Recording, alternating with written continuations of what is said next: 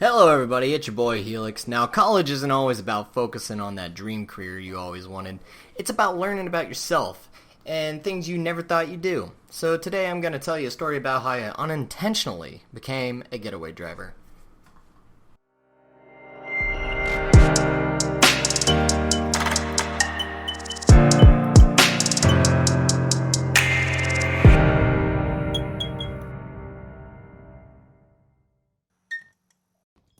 So, the year is 2016, and I just turned 19, and it was my second year in college, and I had just broken up with my high school girlfriend of 3 years. So, with my newfound freedom, I decided to start going out to parties and just putting myself out there, which I think is what anyone should do after a breakup. Just go ahead and just put as many distractions as you can between you and that person, just to help you realize that you don't solely depend on that one person. So, all that being said, I hit up a high school buddy that went to a bigger party school and asked him if he wanted to get drunk and party. So we meet up, and it's a Friday night, and we're at a mutual friends of ours, and we start guzzling red apple ale like madmen with no appreciation for our livers. So after about a case and a half of drinking, I was just sitting down on his buddy's coffee-stained, crusty couch, just watching Saving Private Ryan, when my buddy Keith asked me if I wanted to go across town to a house party. So I said, fuck yeah, buddy.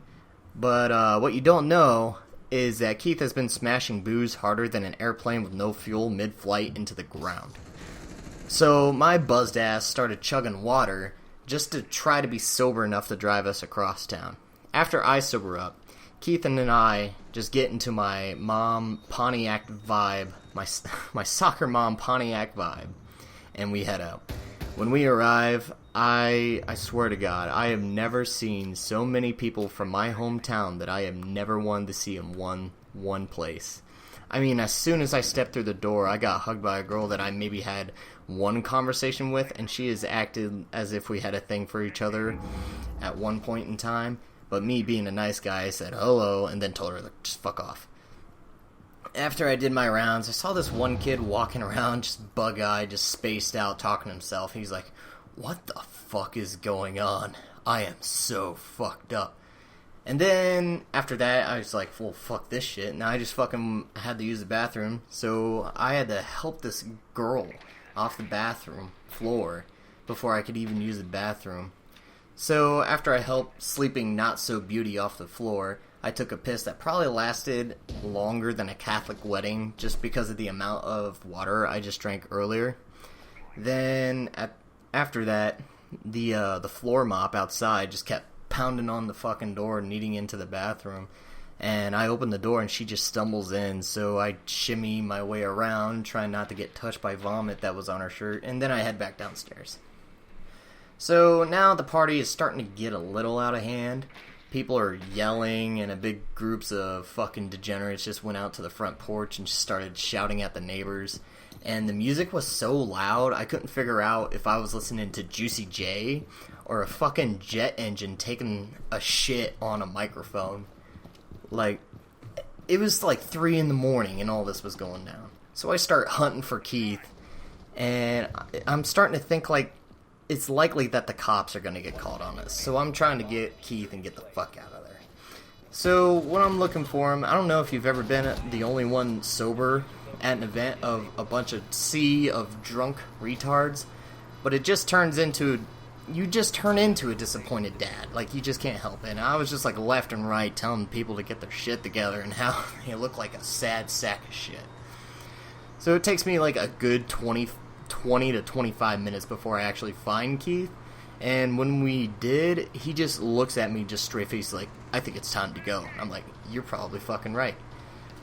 As we try to leave, a fight broke out between two fucking blonde girls because one girl was dancing like sporadically and the other girl was taking a drink out of her bottle and it fucking hit her in the head and she chipped her tooth. So now everyone's screaming and yelling about to fucking square up, and then Keith and I are just desperately trying to find any orifice in the fucking walls that lead outside. So when we finally get outside, we get in my car, and then our mutual friend, who was the host of the party, gets in my car as well. Like, he just walks outside, like, like sprints to my car. He just sits down in there. He's like, "It's getting a little out of hand in there, boys. I'm just gonna hang in here in case the police come." And we're just like, "Dude, it's your house." He's like, "I don't care. I'm not gonna be here if they come." So 10 minutes pass, and I hear the neighbors yelling that they're actually gonna call the cops. So at this point, me and Keith and our other buddy were outside the car, and I hear this, and I'm like pushing them into the car. I'm like, "Everyone, get back in the fucking car!" And I stomp on the gas pedal like Vin Diesel at the end of fucking Fast and Furious, shooting out of the back alley, just trying to beat that so-called train.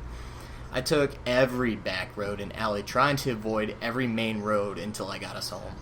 So, I guess the moral of this story is, it's okay to be a getaway driver if you're saving some lives, you know? Alright, that's gonna do it for me. See ya.